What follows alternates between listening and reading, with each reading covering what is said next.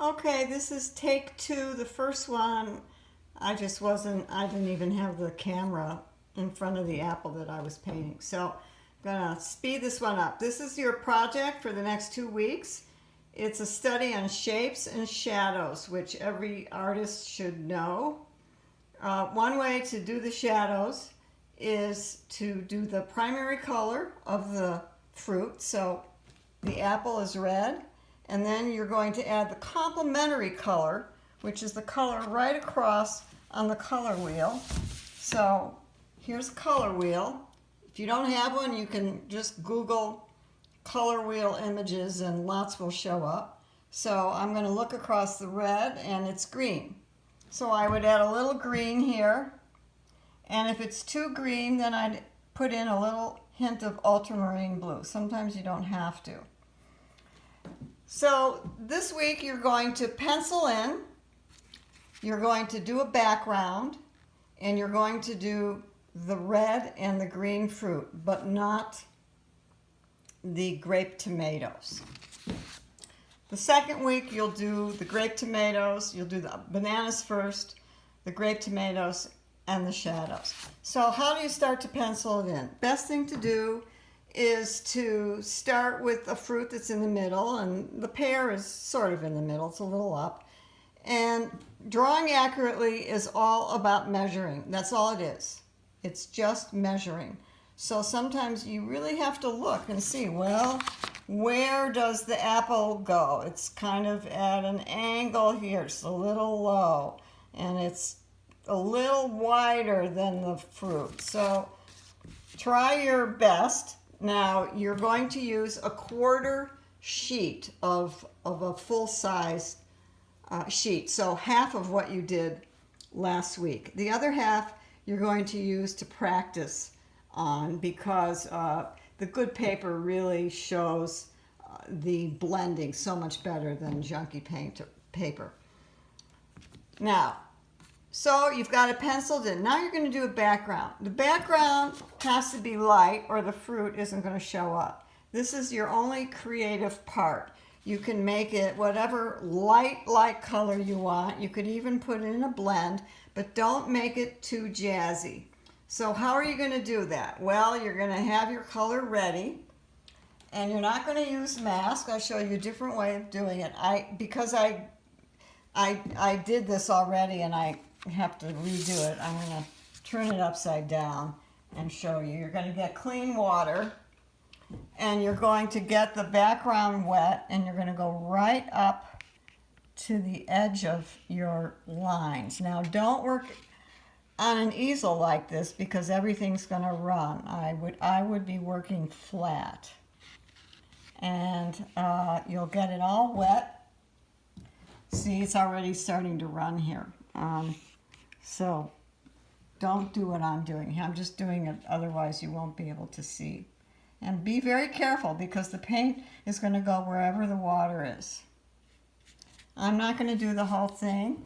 Now I'm just going to get my color, and I had some yellow already mixed, and I'm going to just put it down, and it's going to go wherever I put the water in. You know, if you're working flat, sometimes you have to lift up, and it'll just go where the water is. So that's one way to do it without using mask. Mine is all drippy because it's at an angle.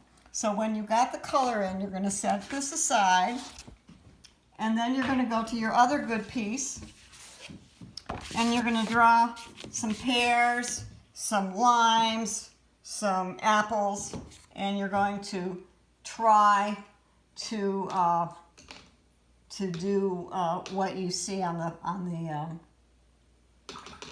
photo. So I'm going to do this one here. I already did one because I wanted to show you how you put the white in. Some artists like to leave the white space of the paper. I tend to like to use the thick white paint because I have better control. So you can try it both ways. There's white in here, around in here, here, little speckles in the clementines.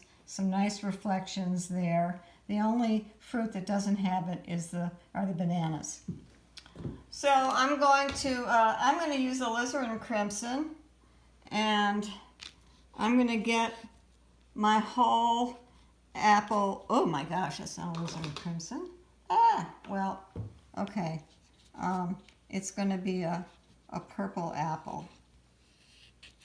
And I'm going to get it all covered. It's a huge plum.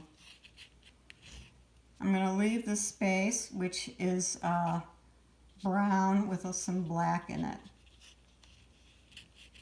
And then I'm going to come back with some green, and I'm going to put it where I see it on the photo. And it'll it's wet, so it's just going to blend in. There's a little bit up there. And it looks like I don't even need the blue. If I put blue in, it's going to be really bluish. I wait for this to dry. Then I wait for it to dry, then I put in the middle stuff. And then I'm going to use my white paint with a little brush. Now, how do you use your white paint? Best thing to do is to almost use it right out of the tube. And just get your brush wet and use a little brush. And then when it's dry, it has to be dry, and then you'll put the little lines to give it the reflection. So now I'm going to do a pear, and I'm going to get some green. It's kind of light.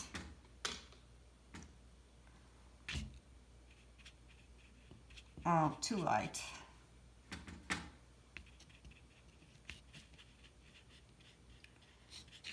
And it's running because I'm at an angle, probably at a 45-degree angle.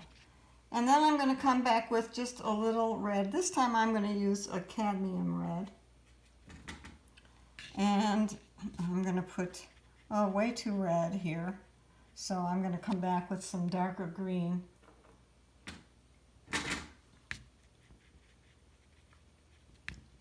And see what happens here. A little more red. And my pear is not good. I mean, the shape is terrible. I'm going to get this a little lighter.